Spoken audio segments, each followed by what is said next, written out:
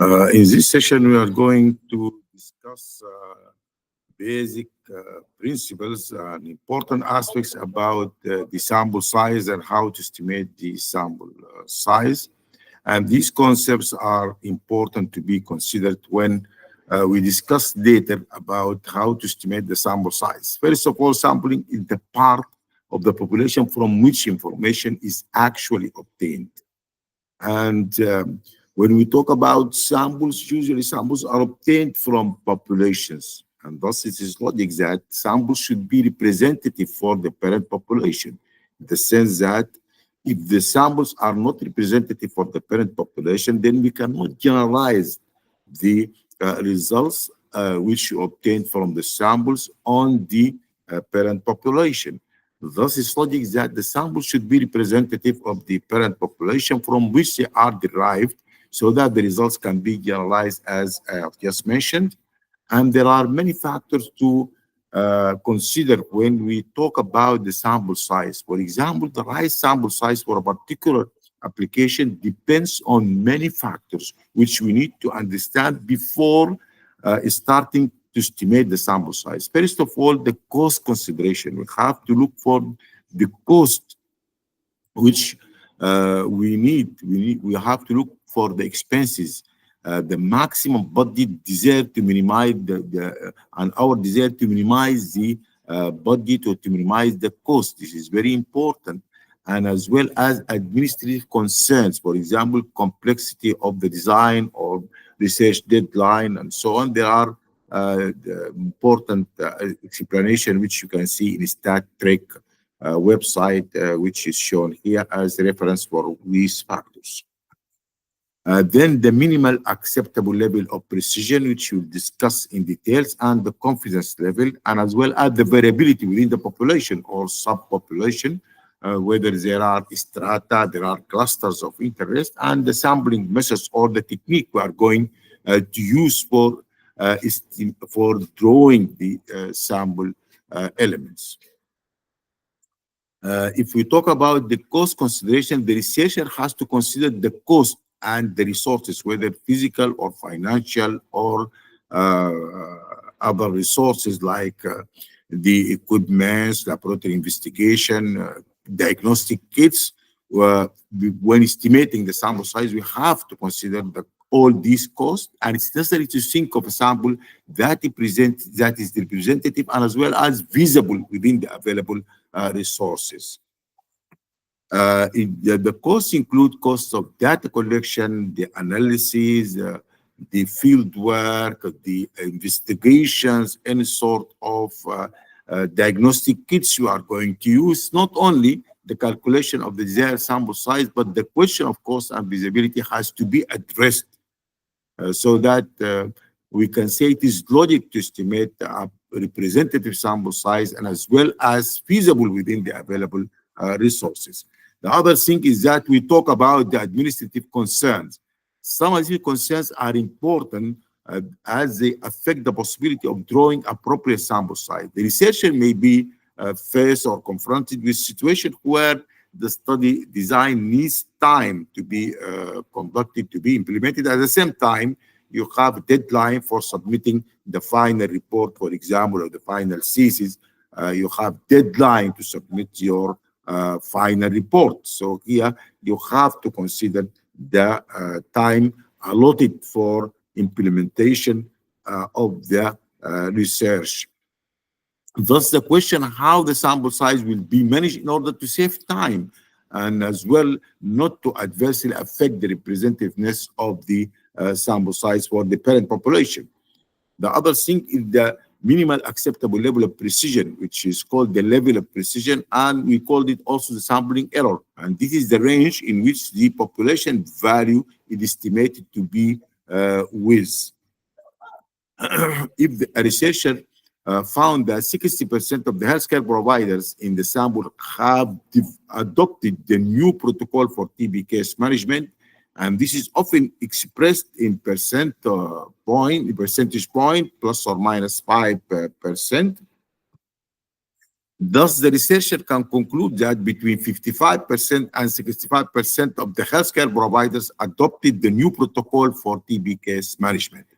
5% level of precision is conventional used, but the researcher can use higher level of precision, for example, 1% or 2, 3%. But in such situation, larger sample size is needed. The non-sample errors, these are very important to consider here. There are errors which occur due to reasons other than sampling. For example, we are talking these are commonly encountered in surveys. For example, we talk about a non-sampling error as selection bias, that the selection of the sample elements from groups that are accessible for the investigator. In such case, responses from the accessible group may be different from other groups inaccessible by the investigator. Inaccuracy of the questions, and this is very important to consider, that sometimes the questions are inaccurate, and this will result in some sort of error. Inaccuracy of the responses, if you have, for example, multiple options and there is inaccuracy in one question or two questions, and that they are not clear for the respondents. The low response rate due to other causes, so many, more than 15 or 20% of the sample elements have not responded to the survey questionnaire, for example, and non-representation of the sample is another non-sample error.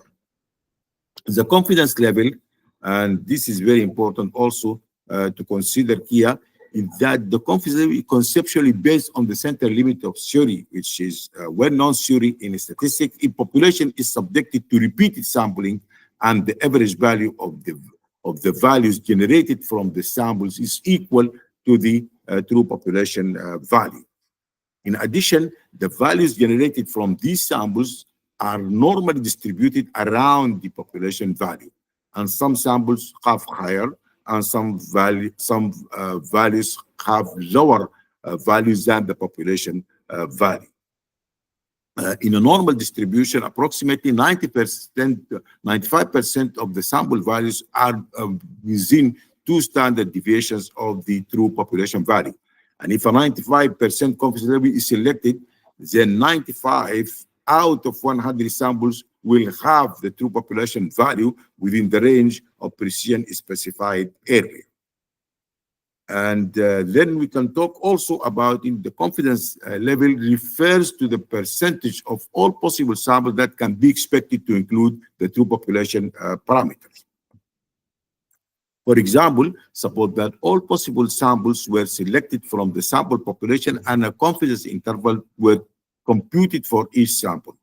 Then a 95% confidence level implies that 95% of the confidence intervals would include the true population parameter.